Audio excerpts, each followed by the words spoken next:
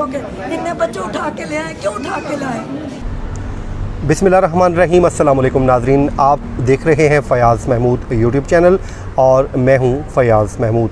अब से कुछ ही देर पहले जो आपने मनाज़र देखे वो थे लाहौर के जुडिशल मजिस्ट्रेट फ़राज़ वड़ाई साहब की कोर्ट के सामने से, जहां पे आयशा अकरम जो मीनार पाकिस्तान पे एक वाक़या पेश आया था उसमें गिरफ़्तार मुल्ज़िमान को पेश किया गया है।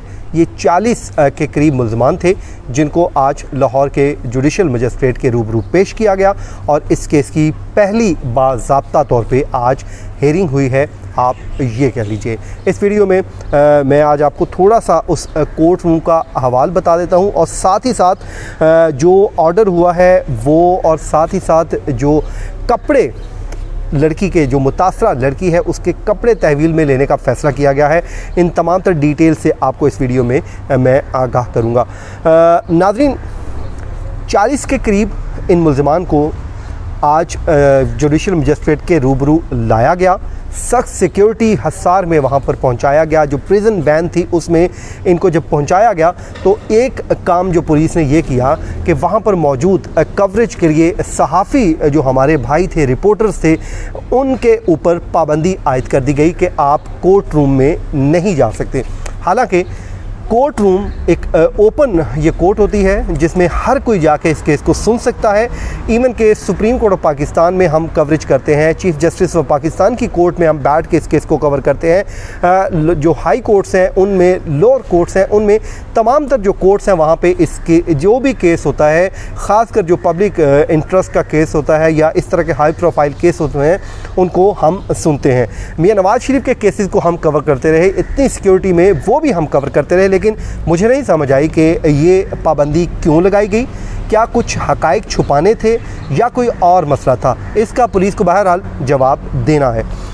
मैं इस वीडियो में सिर्फ़ और सिर्फ जो कोर्ट प्रोसीडिंग है इसी पे रहूँगा। मैं किसी भी जो मुतनाज़ा कंटेंट है उसमें नहीं जाऊँगा। तो जब कमरा अदालत में सहाफ़ियों पर पाबंदी लगा दी गई तो जो पुलिस के तफ्तीशी अफसर हैं वो वहाँ पर पहुँचे। ये रमज़ान साहब हैं जी, वो आए तकरीबन 1 बजे से 2 बजे, जब अदालती वक्फ़ा होता है उसके दरमियान इनको लाया गया और तफ्तीशी अफसर ने अदालत से आके इस्तदा की, बल्कि अदालत ने पूछा कि आया कि आपने इनका फ़िज़िकल रिमांड चाहिए या फिर इनको जुडिशल रिमांड पर जेल भिजवा दिया जाए। जिस पे तफ्तीशी अफसर ने यह कहा कि हमने अभी तक इन मुल्ज़िमान को अरेस्ट तो कर लिया है, लेकिन इनका जो शनाख्त परेड है वो करनी है, तो इसके लिए हमें अलाउ कर दिया जाए। फिर अदालत ने अहकामात जारी किए कि आप यूँ कीजिए कि 2 रोज़ के अंदर तमाम तर इंतज़ामात को मुकम्मल कर लीजिए।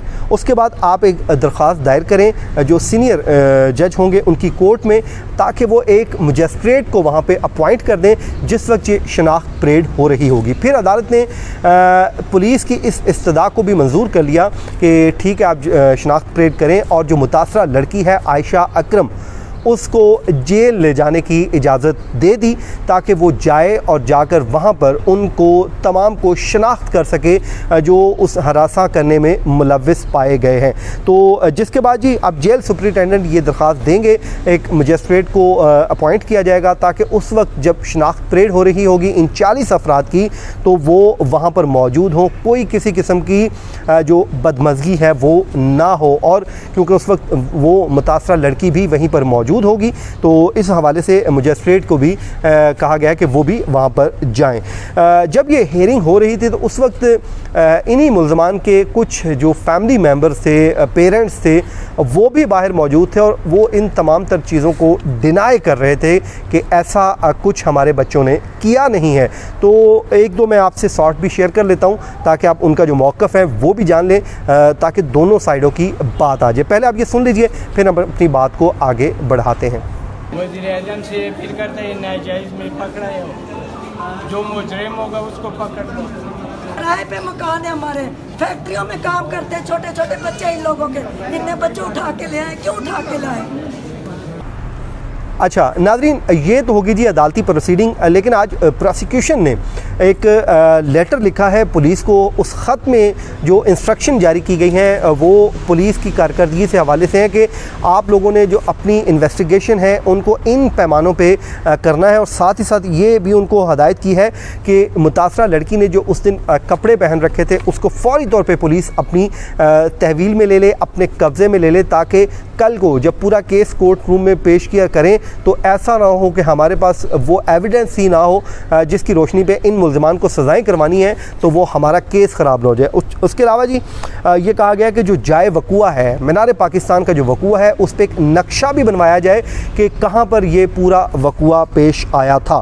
तो ये साथ ही साथ उन्होंने कहा है कि उन लड़कों को जो उस लड़की के साथ वहाँ पर गए थे उनको भी शामिल तफ्तीश करने का फ़ैसला किया गया। शामिल तफ्तीश से मुराद 161 की स्टेटमेंट जो ज़ाब्ता फ़ौजदारी की दफ़ा 161 है, पुलिस उनका बयान रिकॉर्ड करेगी और उनको अब देखा जाएगा कि उनके जो बयान के बाद की जो सूरत हाल है वो किस तरफ जाती है। बहरहाल उनके बयानात भी कलमबंद करने का फ़ैसला किया गया है। फिर जो वीडियोस वायरल हुई थी इंटरनेट पे, सोशल मीडिया पे, फेसबुक पे और दीगर जो फोरम्स हैं, उन वीडियो को फ्रांसिक करने की प्रोसिक्यूशन ने हदायत की है कि पुलिस इसको फौरी तौर पर फ्रांसिक करवा ले ताकि जो केस है आपका स्ट्रॉन्ग हो जाए। पुलिस इस मामले पे, क्योंकि हुकूमत पाकिस्तान जिसमें वज़ीर आला पंजाब, उसके अलावा इमरान खान प्राइम मिनिस्टर, इन सब की जानिब से पुलिस के लिए इंस्ट्रक्शन ये है कि इस केस को अपने टेस्ट केस बनाना है और इसमें जो भी मुलविस मुल्ज़मान हैं उनको सज़ा दिलवानी है।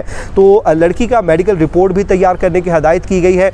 ये तमाम तर चीज़ें हैं जो इस वक्त की जो अपडेट्स हैं जो आपके साथ मैंने शेयर की हैं। तो उसके अलावा क्योंकि हुकूमत इसमें बड़ी इंटरेस्टेड है, उसमें आपको पता है जो पुलिस एहलकारों को मुअत्तल भी किया गया है सज़ा के तौर पे कि आपने नेगलिजेंस दिखाई और ये वाक़या हुआ जिसकी वजह से हमें हमारी जग हंसाई हुई, हुकूमती रिट को चैलेंज किया गया, जिसकी बुनियाद पे भारत जैसे मुल्क जहाँ पे आए रोज़ ऐसे वाक़यात होते हैं उससे प्रोपेगेंडा करने का मौका मिला। तो हुकूमत ये चाह रही है कि इस केस में जो भी मुलव्विस है, जिसका जो भी किरदार है, उसको सज़ा दिलवाई जाए। तो इसी सिलसिले की ये कड़ी है, इसमें तमाम तर जो चीज़ें की जा रही हैं। अब उनके लड़के जो दोस्त हैं उनके बयानात भी कलम बंद किए जाएंगे और साथ ही साथ जो कपड़े हैं मैंने आपको बता दिया उनको भी तहवील में लेने का फ़ैसला किया और 14 रोज़ के लिए ये भेजा गया है उनको लॉकअप में, ताकि वहाँ पर उनका शनाख्त परेड हो जाए और शनाख्त परेड होने के बाद इस केस का फ़ैसला होगा। तो ये था जी आज का हमारा वीलॉग।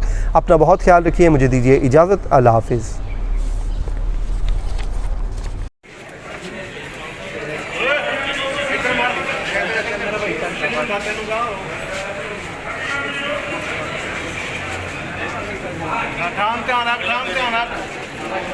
ध्यान रख